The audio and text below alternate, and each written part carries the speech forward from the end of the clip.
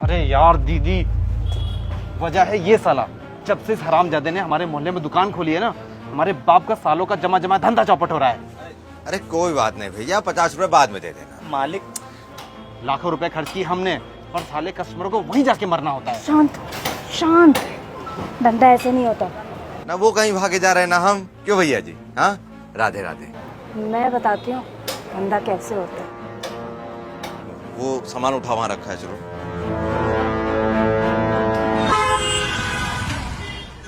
क्या भाई साहब, चूना लगाने के लिए हमें मिले आपको? चूना?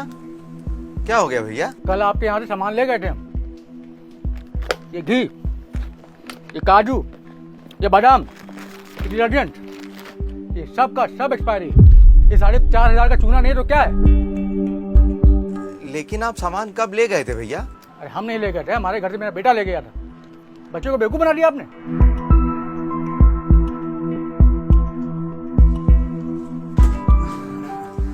कोई बात नहीं भैया, जरूर हमसे ही कोई गलती हो गई होगी। हम आपका सारा सामान बदल देते हैं। दीपू, सामान बदलो साहब का।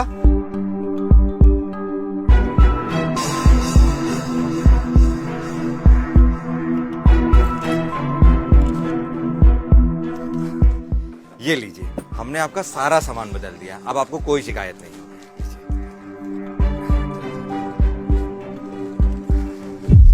आते रहिएगा।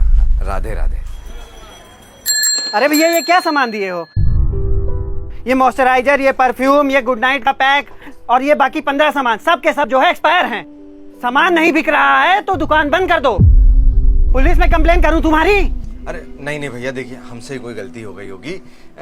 हम एक काम करते हैं, आपका सारा सामान बदल देते हैं। दीपू, मालिक, अरे बदलो जल्दी से। अरे भाई साहब, नाराज क्यों हो रहे हैं? आपका सामान हम बदल तो रहे हैं। अरे भाई साहब, माफ कर दीजिए, जरूर हमसे ही कोई गलती हो गई होगी। हम आपका सामान बदल देते हैं अभी।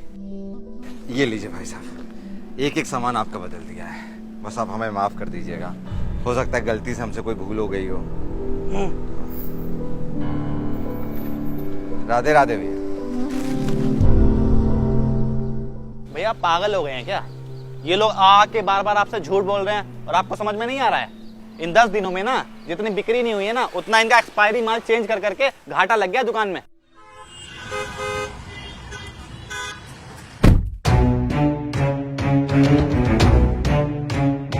मान गए दीदी तुम्हें, अब सांप भी मरेगा और लाठी भी नहीं टूटेगी। इसीलिए तो कहते हैं इंसान को इतना भी सीधा नहीं होना चाहिए कि कोई उसकी गर्दन काट दे और उसको पता ही ना चले। सब पता है दीपू, सब पता है। अरे तो उनके मुंह पे बोलते क्यों नहीं आप? उनसे बोलते क्यों नहीं, झगड़ते क्यों नहीं इस बात पे? क्योंकि हम ग्राहक को सच में भगवान समझते हैं।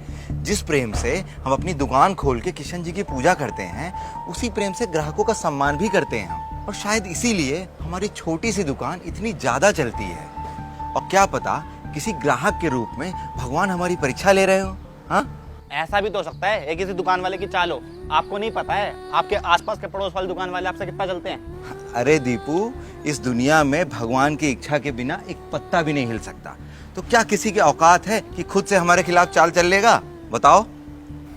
भैया आपकी बातें ना मेरे बिल्कुल पल्ले नहीं पड़ती है। आपकी बातें आप ही जानो।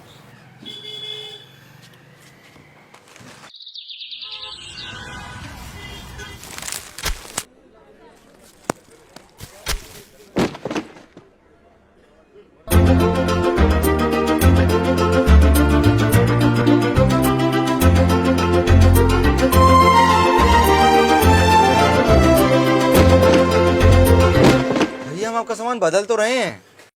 भैया भैया भैया भैया, हम माला माल हो गए। भैया भैया, हम माला माल हो गए। अरे क्या हो गया, बोल तो। अरे आपको वो याद है, 1 साल पहले एक ऑफर निकला था डिटर्जेंट पे कि सोने के सिक्के निकलेंगे, याद है आपको?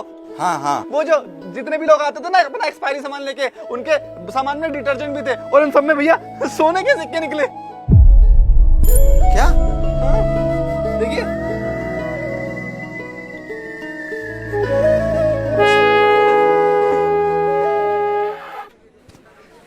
अरे भाई साहब, वो आपका सामान। अरे भैया, मेरी गलती लग रहा है मुझे। आपकी दुकान सामान आता ही नहीं हमारे यहाँ घनश्याम भैया के यहाँ सामान आता है। वो पीछे वाली गली में है ना उनकी दुकान, वहाँ से। चलिए भैया, चलता हूँ।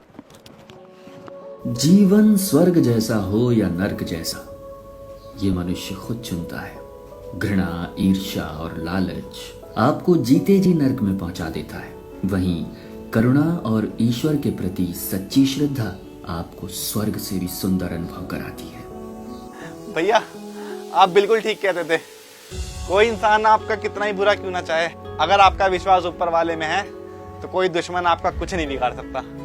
किशन जी के घर में देर है लेकिन अंधेर नहीं। हरे कृष्णा।